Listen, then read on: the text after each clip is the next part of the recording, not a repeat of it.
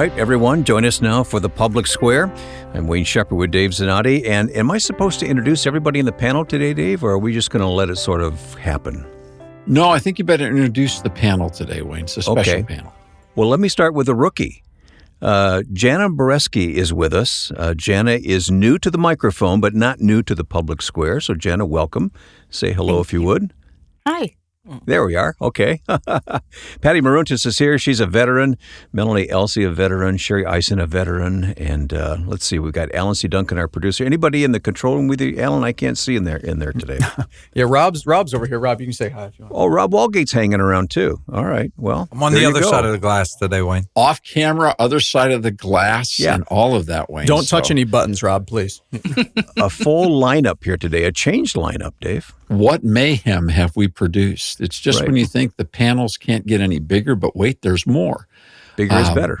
Yeah, in this case, what we wanted to do is have a little different conversation. And we have the wonderful blessing of a great team at the American Policy Roundtable that is centered at the American Mission Center. And this subject of our monthly update for May in the year of 2024, I have a feeling we'll come back to this broadcast again and again and again. So that part, we wanted to have a more permanent record. So we kind of brought a lot of the real players in the room, Wayne. The people who do so many different pieces and parts of the work of the mission of the American Policy Roundtable, because the idea that this is a network of people that we do this together. A lot of organizations are out there. They're think tanks. They ask you for money and support. They send you publications, and those are valuable, influential organizations. There are some people that are public policy groups that focus solely on specific issues. The American Policy Roundtable is an organization that both provides the intellectual capital, if you will, the historical background. We talk about this stuff. We do the publishing in the papers. We do this program called The Public Square, but we also do the work of public policy. So we do media and public policy. And the people that we're bringing around the table today have all different angles of that doing stuff. And so we wanted to have all of those folks around the table for this conversation about the monthly update, because that's such a vital connecting piece of what we do. And it's important to note that we're not here selling anybody anything today, because the monthly update's available every month for free. But you'll see pretty quickly there's another piece of the puzzle, that all the people around the table are moms. And that's the real gift we wanted to bring today, because these are real moms. These are real people like everybody else in America that's raising families and dealing with people every day who are raising families, because we want people to understand that the approach of the American Mission Center is we've got our feet solidly on the ground. Now, we've got one hand, and it's an empty hand, reaching up to heaven, and one hand reaching out to our neighbor. But what we're talking about here is real flesh and blood and real life experiences. So, I mean, no better panel than a panel of moms. Well, welcome, ladies, to the Public Square. So the monthly update is the basis for our discussion. I notice you opened with this Benjamin Franklin quotation, Dave. Yes, Benjamin Franklin. You say, well, wait a minute, you usually have a scripture at the top of the monthly update. Well, we do. It just so happens that this time it's a scripture that Benjamin Franklin was quoting. He sort of paraphrased it, didn't he? Yeah. Yeah, and he actually did more than just that. He also quoted a couple of other passages of the scripture in his address to the Constitutional Convention in 1787. And the Constitutional Convention was deadlocked. It was tied up in knots over big states, little states, representation, votes. This was not an easy thing to do, to put together a constitutional representative republic. And Franklin wanted it to happen, as did George Washington, who chaired that convention as well. Washington never spoke from the chair to the floor until the very end of the proceedings. He spoke privately in his delegation. He spoke privately in meetings that would happen behind the scenes. But George Washington never used his platform as the chairman to exert his influence over the fundamental outcome of what would happen in the Constitution. He was a listening ear. Never knew that. Yeah, interesting. No, and I've stood next to the chair that he sat in on the floor of in Philadelphia in Constitution Hall. Now, they invited me to sit down in the chair, and I said, not no, a chance. I took a picture of it, and I have that picture on my phone. And the part that I took the picture of was the back of the chair, because Franklin, from his position on the floor of the Constitutional Convention, was able to see the back of the chair. And when Washington would lean forward, he could see behind him. And on the back of that chair is a sun. It's beautiful artwork in gold. And it's artwork, a carving of the sun.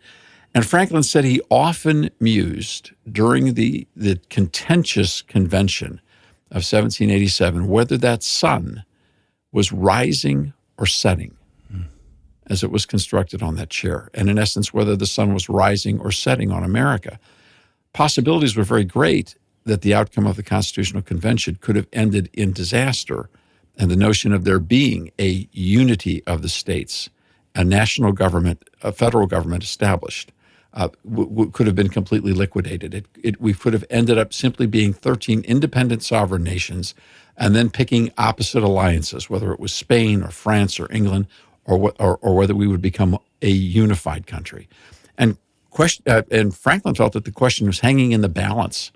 And he said at the end, finally at the end, when they've reached the final conclusion, he knew the sun was rising on America. But in that critical moment, when they could get nowhere, Franklin stood up and appealed to heaven. He appealed to the same God who brought them through the revolution, the creator that they wrote about in the Declaration of Independence. And one of the quotes that he made was this simple quote: "If a sparrow cannot fall to the ground without his notice, is it probable that an empire can rise without his aid?" That was the question. He asked his colleagues to call them to prayer, to call them to remember God is in the midst of this. We can't do this in our own strength. And he quoted, of course, Matthew 10:29 about the sparrow cannot fall without God's notice. Then he made the next logical conclusion. So could an empire such as this one rise without his aid? Powerful moment. Yeah, that's rich. In the Constitutional Convention. It really is. So I wanted to bring up the question on the monthly update, Wayne, of this. The question being, every day when we wake up, and because we do media every single day somewhere in America and across this country, we know what's going on. We know that every single day when people wake up, they are faced with a barrage of negative stories. I don't care whether you're looking at the Wall Street Journal, Fox News, the Associated Press, the Washington Post, the New York Times, or any myriad of websites that are available out there, or the arena of social media. Every day, there is a barrage of messages that come out on what's happening in regards to the world. And the message is always the same. Here's what's wrong with the world. Oh, and by the way, you can't change it. And you wonder why people are discouraged, why they believe that they don't make a difference anymore, why they don't matter. I mean, because it's just, bad news exists, we get that. We also know, as being long-term media people, the old line, if it bleeds, it leads. Mm-hmm. Right? So, people say, well, gee, you all are Pollyanna. You just want good news stories. No, we know there's bad news out there, and the bad news is real. But the problem is, I think it goes beyond just if it bleeds, it leads. I think there's actually a strategy.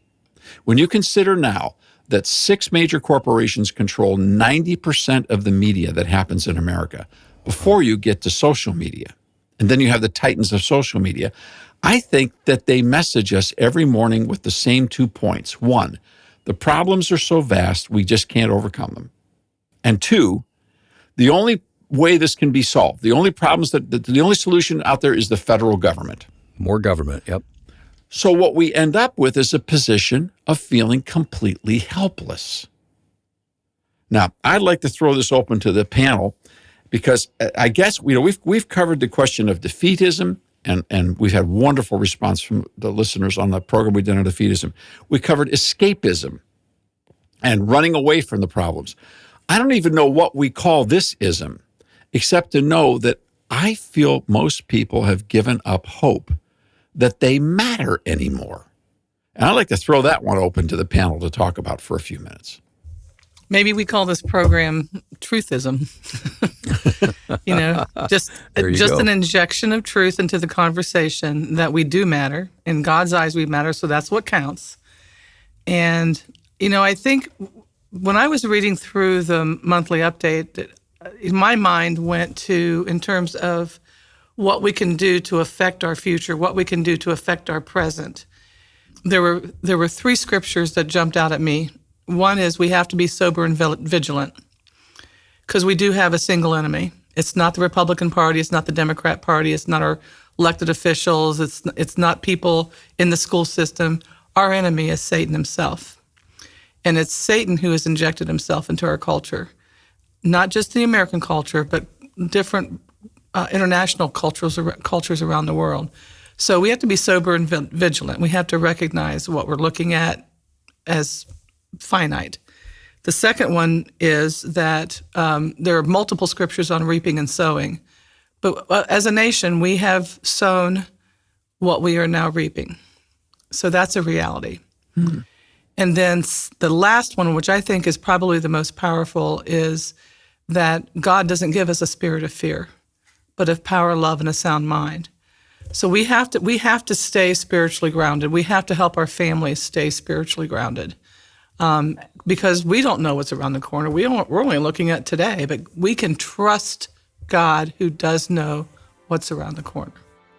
And in the process of exactly what Melanie has said, we have to be people of courage because we belong to Him and we have that truth. And so we need to stand in that truth. Boy, that's a great start. Thank you very much. More to be said on this topic. We're going through our monthly update, which is available to you online at thepublicsquare.com or aproundtable.org, and also through the mail, free of charge, of course. You can sign up at one of those websites. We'll be back with The Public Square.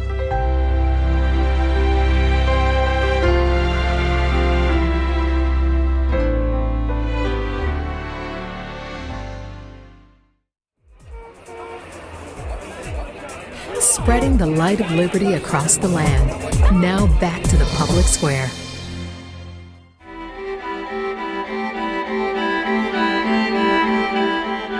All right, we're just getting started with the Public Square today as we have a unique panel set up here of just about everybody around here. Dave, let's get back after it. Question. Sherry made an interesting comment about courage. I would like to ask all the moms in the room, do you ever feel like you don't matter and that people don't matter, that it's too big for us anymore? I mean, are you picking up the message the media is trying to give us all?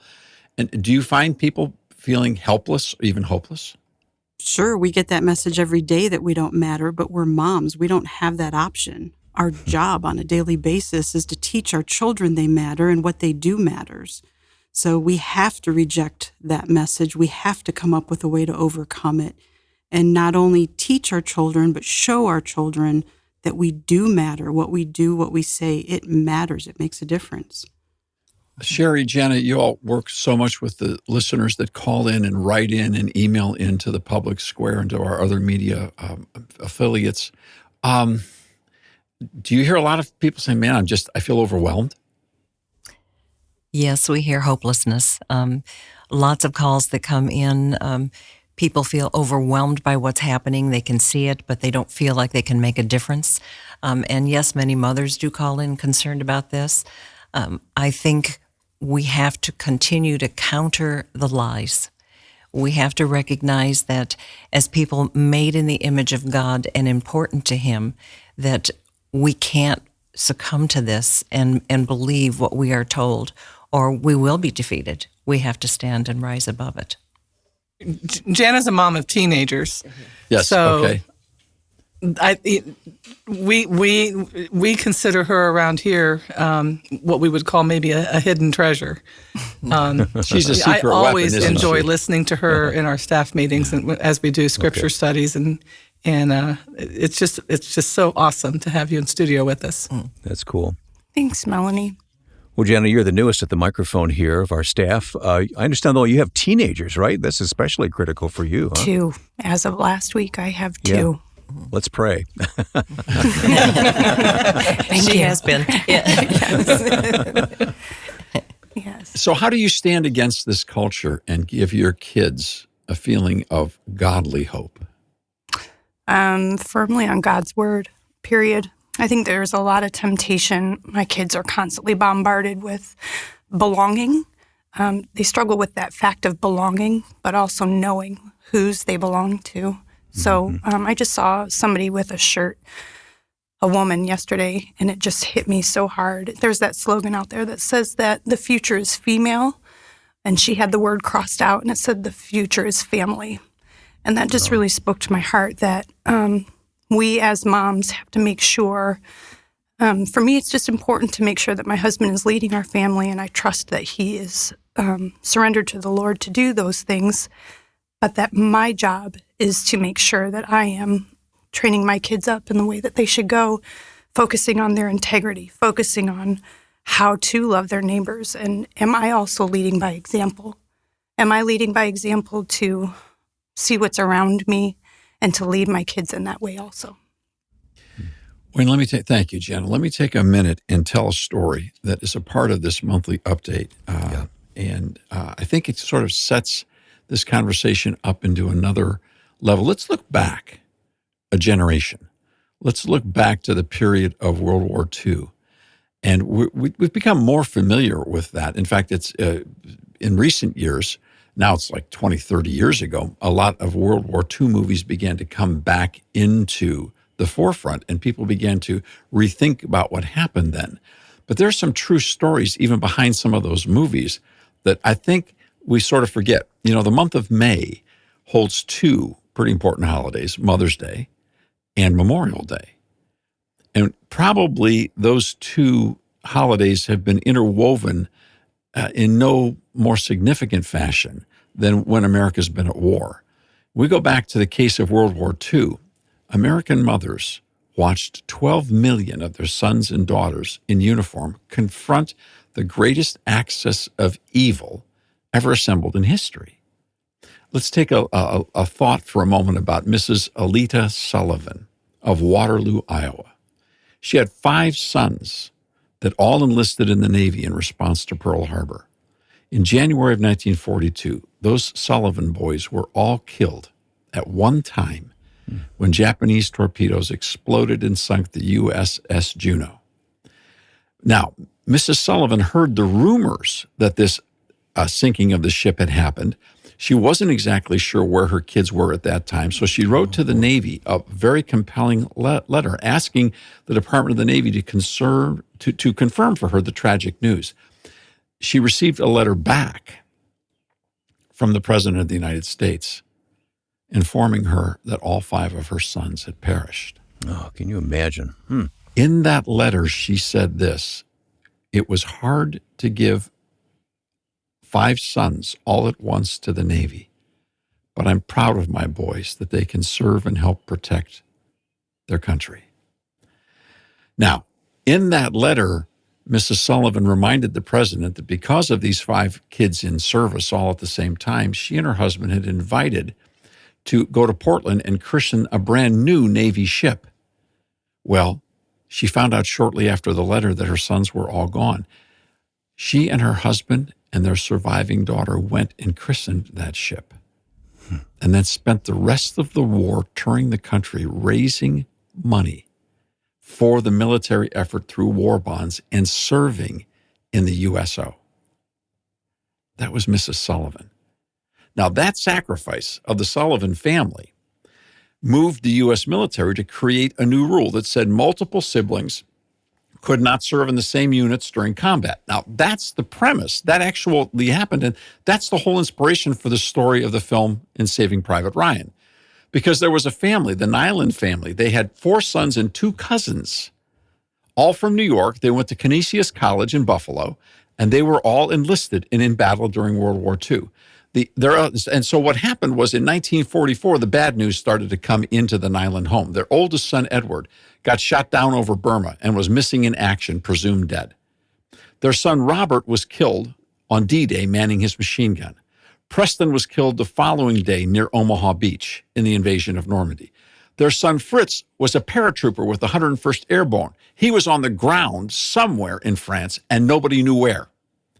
At that point, the U.S. Army said, "We can't let all these kids die from one family again." They mobilized the chaplain, Father Francis Sampson, to find Fritz and get him back to the United States. And that chaplain succeeded in finding the surviving Nyland son, who refused to come back. He stayed with his men several more days. Finally, they dragged him back to England, then to the U.S., where he served in uniform to the end of the war and was awarded the Bronze Star. Now, a year after his presumed death, Edward, the oldest son, was discovered in a POW camp and brought back home as well. So 2 of the sons did, in fact, survive the war. And 2 of the cousins also survived as well. It's an amazing story of moms, Gold Star moms, who gave their kids up for the sake of preserving liberty in the world and for setting people free. And that Nyland family, that was the basis for Saving Private Ryan? The Nyland family was the basis for Saving Private Ryan, yes. So 2 of the sons survived and the 2 cousins came back as well, and they were all awarded military heroes. It was an amazing, amazing story. Now, the point of bringing this up today in the context of Mother's Day, do you think those moms think they matter? Do you think those families believed they could make a difference? Think of the bad news they got every single day when they opened up their newspaper and saw that America was getting beat to pieces for the first several years of the war. Did they all run away and hide and say, it doesn't matter, we're helpless, we can't make a difference anymore? Or did these people, just a generation ago, did they actually believe that with God's help, they could do something? They could change the direction of the world. They could actually save the world if everyone did their part. They believed they weren't helpless. Dave, my dad served in the Air Force in World War II, and he was the only child. So I don't know how you fix that, the risk of sending your only child into the military service in an active war. But whether it's military or other acts of service across all different spectrums across our country, we as a people believe that we matter, our children matter, our country matters, and any measure of sacrifice that's necessary to get us to a point of being in a better place domestically, internationally, is worth the effort. And I think we have to remember that this life is not all there is. And so we have to determine what the quality of life we want on this earth while we're here. And there are some things that are worth fighting and sacrificing for. Well, the stories that Dave told from World War II are contained in the monthly update, and if you'd like to read those, make sure that you get a copy of that update, whether it's online or hopefully through the mail so you have a print edition of it. You can do that through the public square. So contact us. We'd be happy to put you on the list. No obligation, no cost, of course. We just want you to be able to get the monthly update. There's more coming up on the public square. You stay with us.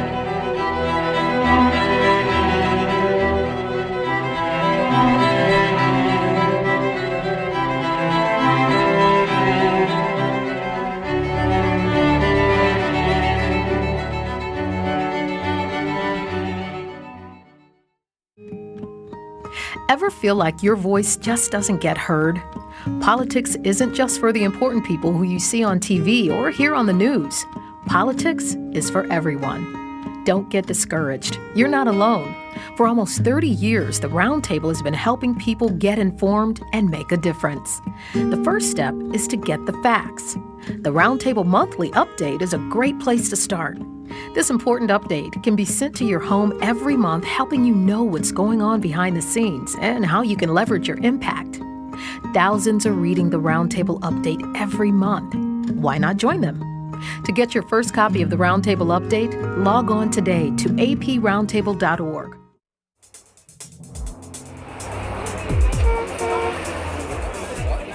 Spreading the light of liberty across the land. Now back to the public square.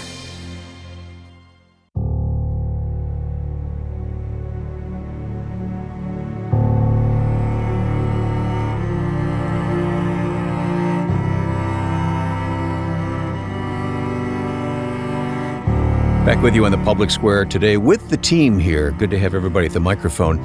You know, Dave, you told those stories from World War II. I'm still learning stories from World War II, even though I've spent years and years reading them, and new ones come along all the time. I just finished a book called Facing the Mountain, which tells the story of Japanese Americans who fought in World War II. At first, they weren't allowed to fight. As a matter of fact, their families were interred in concentration camps because of the threat at that time. The Nisei, the children of those Japanese families who came from Japan and were Americans, the Nisei were eventually allowed to fight in the war.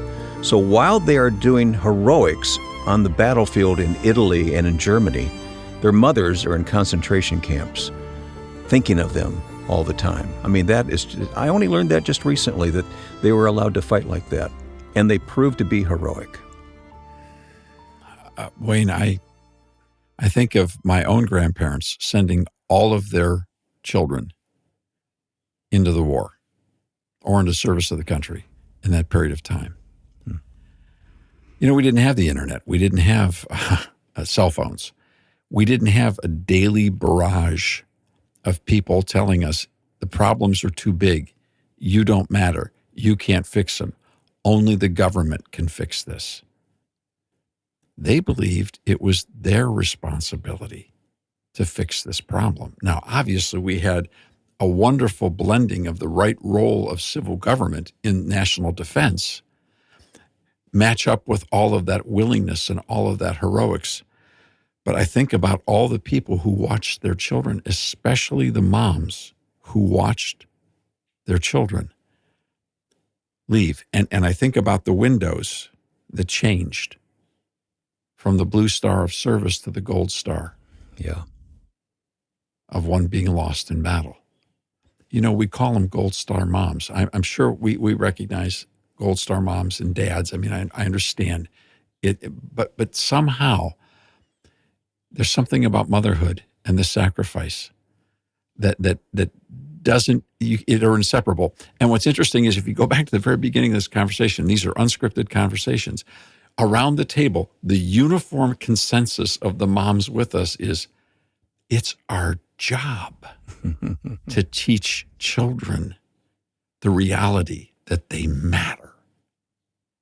So I'm going to ask you, moms, do we, the people, still matter? Do we matter? Sure. At whatever level we can participate, we have to. For Desert Storm, my dad served in Vietnam, and his retirement was frozen. So for Desert Storm, they froze lots of retirement to retain some of the leadership and experience from Vietnam. So the unit that he was a commander of, it was a medical evacuation unit, they were mobilized. It was an interesting unit because it was a combination of men in their 40s and 50s and young kids in their late teens and 20s, a lot of kids who joined the reserves for education. So the parent support group was made up of spouses and parents, both dads and moms. And what was really neat when the unit was mobilized, you had people who lost incomes. So everyone came together, and the moms and dads who didn't have spouses who were secure financially, they stepped up and helped the families who were sacrificing, the families who had young kids at home, the families who lost incomes during that time. So it was just a neat opportunity for our family to be part of a group in modern times that came together in that old-fashioned way and helped one another. The community also came together, which was really neat to see people coming who didn't have anyone over there appreciating the sacrifices that were made, the donations, the encouragement.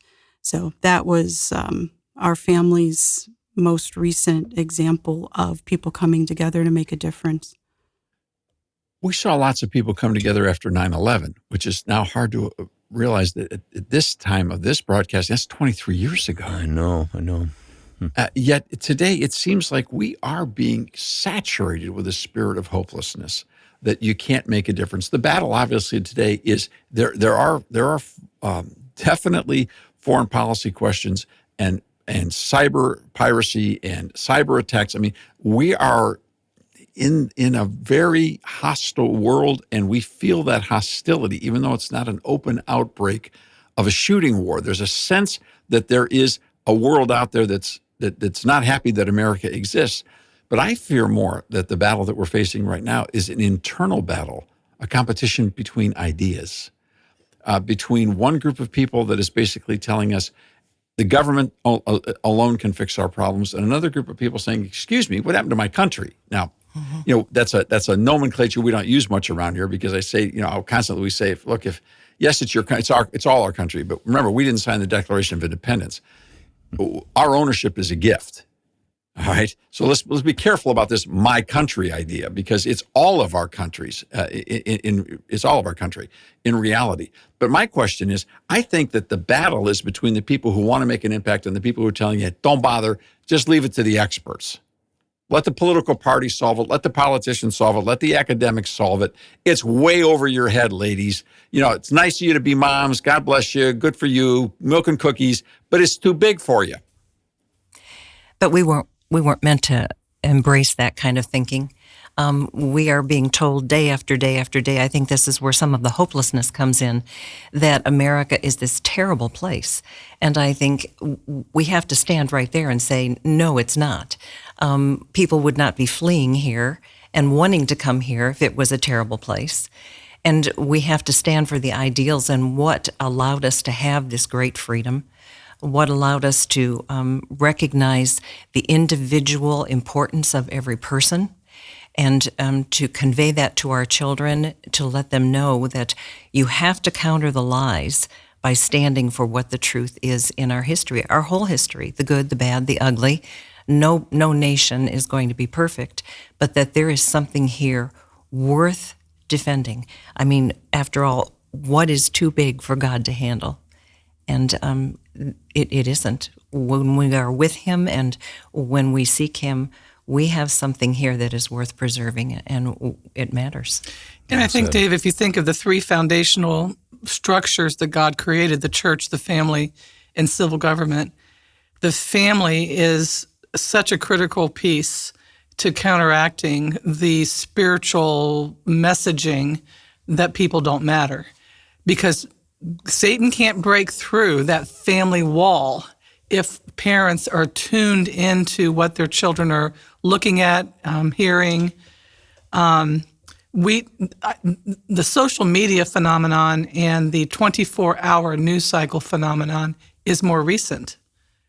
We are, as families, are just getting up to speed at what to do about these influences in our children and grandchildren's lives. But we have to be very attentive and proactive in dealing with this source of influence into our way of thinking, because the targeting of young people now is unbelievably strong. The federal government can't do something about that. I mean, they can have rules around the edges. The church isn't doing something about that. That is a primary family responsibility, to be in tune with the influences over our children and grandchildren, and to be able to communicate the counter messages that are Christ-centered and based in the Word of God. Let's take our break. We are having a panel today that includes Jana and Melanie and Patty and Sherry and Rob and Alan and Dave, and I'm Wayne. We've got everybody on deck today, but you stay tuned. We're going to talk about American self-government coming up and how this all applies.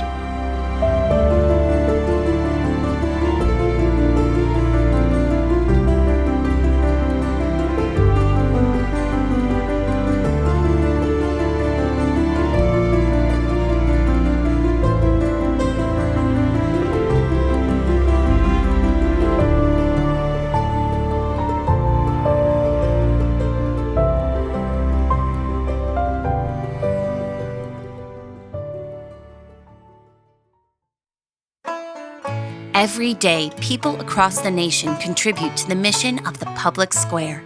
Because of those gifts, this broadcast is now heard on the radio coast to coast every day. Thousands are finding the path to true liberty every day because of the support of listeners just like you. Your gifts of any and every size are reaching lives today. Thank you for your support.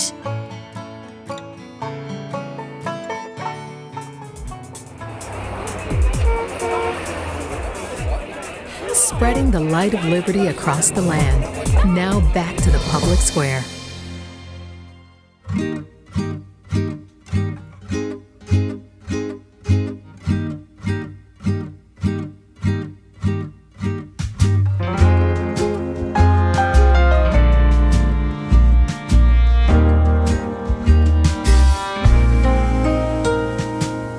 If you joined us late today, always remember you can listen to this program online at thepublicsquare.com. Why don't you share the program with someone else? Perhaps share the link with them, thepublicsquare.com. Dave?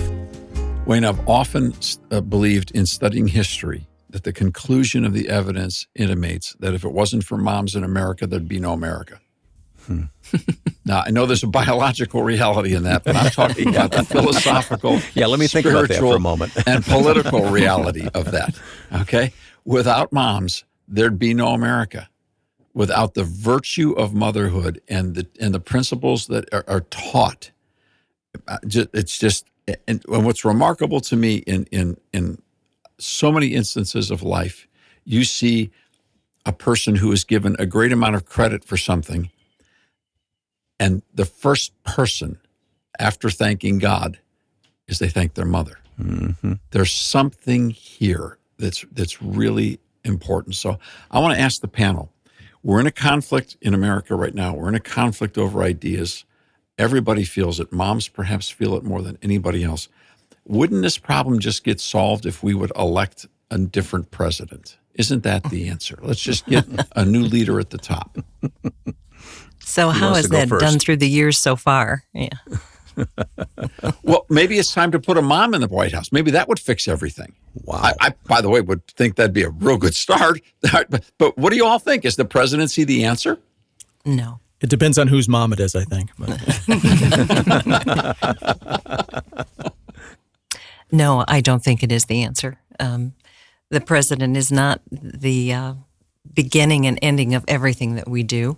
It's not the answer for everything. We need to look at Congress, but we also need to look to ourselves as the American people to say, how engaged are we going to be in our country? How much are we going to believe of what the media says and what the culture is forcing? Or are we going to stand for truth? Are we going to stand as individuals that matter and try to make a difference in our country? You've been reading the monthly update, haven't you, Sherry? And I kind of work with these people that, have this message all the time. Yeah. Just bouncing off of what Sherry said, I think the key is the word engagement. We have a representative republic, a constitutional republic. We don't have a democracy. It's not supposed to be mob rule. So if people aren't going to be engaged, then we're going to suffer the consequences. It's not about the presidency. Of course, Congress has an extraordinary important role to play in terms of the legislative branch at both state and federal levels. But think of the election cycles when you have only between 39 and 44% of the people participating. And that's not of the citizens in the state. That is of people who are registered to vote. So if we're not going to be participating and get engaged and getting information about who is on the ballot, who can represent us in this republic, then we're giving away the store in terms of influence and policy that could go wrong a dozen different ways. So I think the key beyond the presidency is just we can't be we the people if we're not engaged. Our system works. It still works if we're involved, if we hold people accountable. And we can do that much easier in Congress and in state houses than we can in the White House. Dave, I was struck this morning in reading in Galatians 6, let us not tire of doing good, for we will reap at the proper time if we don't give up. Mm-hmm. Perseverance, yeah. So true, Wayne. So here's my question. Is there a mom code? Because it seems like when moms get together, all of a sudden, there's a different context to a problem we're trying to solve. So I want to know, is that there's no way I could know this unless you disclose it. Is there a secret mom code? Is there a way that moms are able to unify together on things that men just don't get? Okay, we'll plug our ears. You go ahead and answer. I don't know if it's a code. I think more it is a God-given intuition of what we need to do. And when women come together, mothers, probably much like when men come together, there's something that you're innately enabled to share. And we feel that at the table, and we feel that when we're together. I would say the code is the neck. When we were sitting around the dinner table, I was sitting next to my father-in-law, and John and I had only been married for a few years, very few years. He turned to me and asked me if John was the head of our house. And his dad was pretty old school. I love him to death. He was a great guy, but he was wanting me to answer that question. And so the first thing that came to my head, into my mind, was that, of course, he's the head of our house, but I am the neck that turns the head. It's a very supportive role. It's very Greek. So the mom code is to be a strong neck, I think. So I remember the moment after bringing home my first baby where it dawned on me, dear God, if I don't feed her, she won't have food. If I don't take care of her, she won't survive. When you're a mom, you have no choice. You are now responsible for the life and death of another human being. And that is massive. And I mean no insult, but I remember watching my daughter the first night we were tracking colors of things and how much she was eating and thinking, I will never be afraid of my boss again because this is the scary stuff. That explains a lot, Patty. Thank you. Yeah, it does. Is Patty the neck of this office? I think so. She broke the code. In full disclosure, the code has now been broken. And for those of you that are new, Patty is the COO of the American Mission Center and the American Policy Roundtable. And I would also tell you that we talked about Jana being the new person. Jana, how many years have we been together now in work and mission? I think going on 3 now. Okay, 3. And do you mind if I think it's okay. I'm not asking anybody their age. I'm asking how long have we had the privilege of working together? Sure, we've known each other forever. You've been with the American Mission Center for how long? It's been 5 years. Mm-hmm. Okay. Melanie? 21 years. 2003. Patty's covering her eyes. Yeah, she's covering her eyes. This is how I get even with her about the boss. Patty's been here since she was 6 years old, so that's not fair. I came here very, very young. We're around 30 years. Wow. The point of asking that question is because Patty talked about the dawning of the responsibility. I find in these women and the women we have a privilege to work with an amazing sense of responsibility that sees even beyond that sense of the responsibility for children, a responsibility for country, responsibility for family. I'm going to tell you that if you study American history, we have some very big heroes out there, and some of them wear uniforms and have medals and clearly are men. I'm telling you right now, none of those people made it without strong moms, without strong spouses, without the support that the neck brings to the reality of the republic. And I think it's really important that we take time, especially around Mother's Day, to recognize that. It's not just about sacrifice. It's amazing service. Yep. Great conversation today. Thank you. It's going to continue. There are a few of you who have to leave us at this time. If that's your case, please listen to the rest online at thepublicsquare.com. Don't forget we have that smartphone app for convenient listening as well, The Public Square. And we'll continue talking about taking this high road of personal responsibility and public service coming up on The Public Square.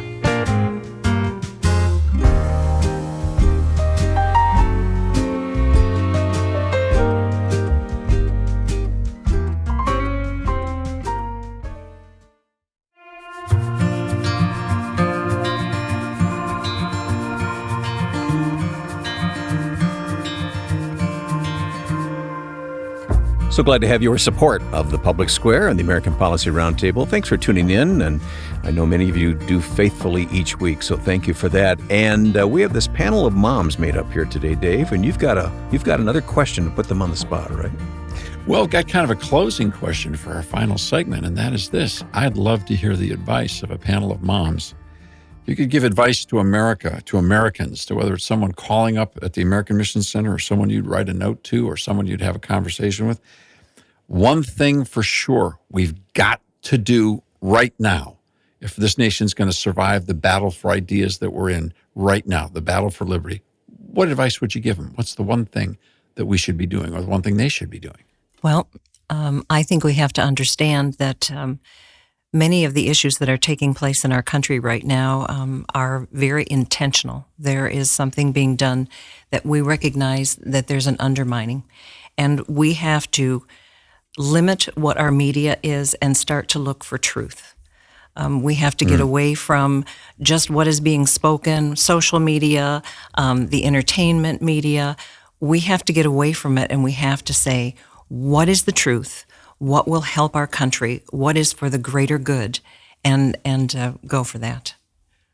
I can't answer that as a one thing. Mine is a two-part answer, and that is going back to being sober and vigilant, paying attention, being engaged, and then secondly is to with an attitude of prayer. I mean, we're supposed to pray without ceasing. We have so much to be praying for nowadays. And I remember my mother would pray for 20 minutes over her breakfast because there were so many things on her mind that she wanted to bring before the throne of God as the day started. So prayer is key. It's foundational to everything else. I would go back to what I've had to teach my children who are in sports. It's really easy to win and it's fun to win, but we need to learn how to lose something and keep going, how to work harder, how to fix it, how to wake up the next day with work to do and get it done. So we have to know how to lose well and turn it into something productive. I think I'm going to go along with the kid focus here. At my kids' school, their focus is integrity. It's personal integrity. And they define it to the kids as doing the right thing, whether with people or alone. And I think that we can correlate that with a lot of people asking for revival in the church. If it's our country or if it's in our church, it comes down to personal responsibility. He's going to revive one heart at a time. So if we're looking inward to make sure that our integrity is intact, are we doing things to help our neighbor, or are we doing things to harm our neighbor because we so want to be right? So I think there needs to be a sense of community that comes around, that we're working together and not against each other. We're now mindful of the fact that all of the women around this table and their families and households not just are started as volunteers with the American Policy Roundtable, but they're also donors to the American Policy Roundtable, as everyone on our staff is, and no one ever asked them to be. They just voluntarily knew that this is an all-hands-on-deck, all-in sort of reality. And I think it's a difference between what our approach is, and is that we don't ask people to give us permission to fight battles for them. We fight battles together. And I want to tell you, it is an honor to be able to spend a little bit of time with these moms. And there are several others, there just weren't enough microphones, who we could have got into the room from the American Mission Center who would have liked to have participated in this conversation. And it is an honor to let people know these are the people that we're fighting with. These are the people that we're in battle with together. And it is all hands on deck all the time in regards to the hearts and the minds and the soul of a nation. And it does begin with our children. And it begins with that amazing sense of responsibility that they talked about. So I'm really glad we had a chance to have this conversation.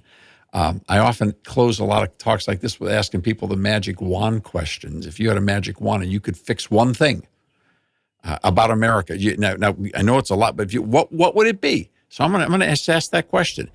Patty, I'm gonna put you right on the spot. If we could, you're the veteran member of the cast. If you had the magic wand, what would you fix in America? I want truth, whether I like it or not. I want people in elected office to be truthful. I want those of us voting to be truthful. I just want that refreshing truth. I don't need it to be easy. I need it to be real. I have, if a man is allowed to speak, I have one quick thought. Yes. It's something nice to say about women. It's okay. You're married to a mother, so go ahead, Alan. Yes. What do you all think about the fact that when God chose to come to the earth, he came through a mother? I mean, he could have come some other way. He could have just appeared. He could have beamed down. He could have just, but he chose to come through a mother. What does that mean to your spiritual life, your devotional life? That is a fascinating question because when God interjected himself into humanity as a baby, that version of humanity, the infant child, is the most vulnerable way a human being can enter. And so he was completely dependent upon his mother, for everything, for his sustenance, for his survival, as was previously described.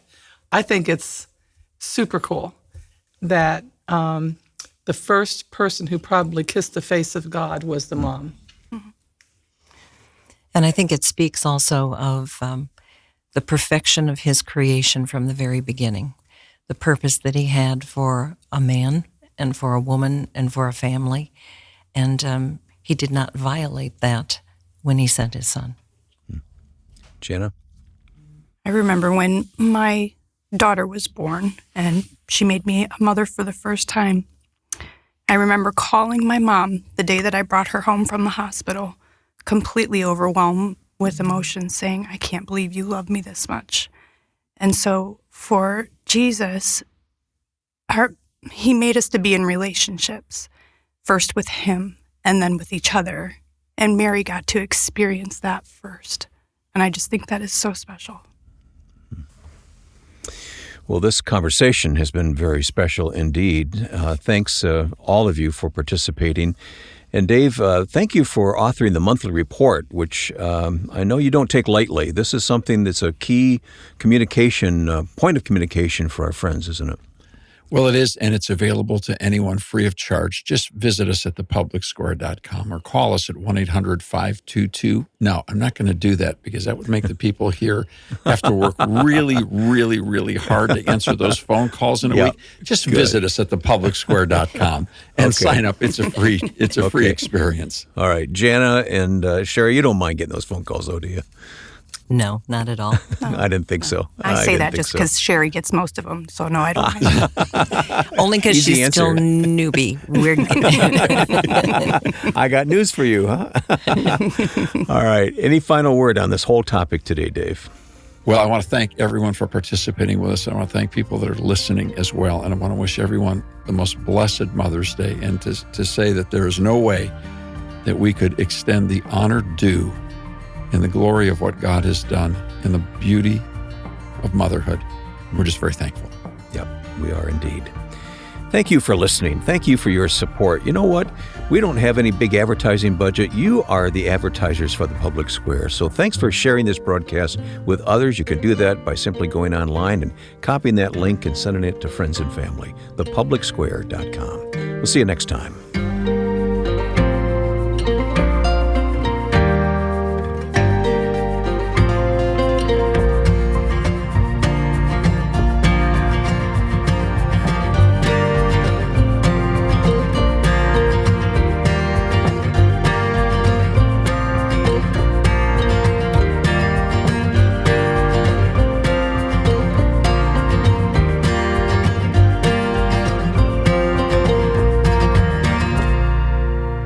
The Public Square is a broadcast service of the American Policy Roundtable.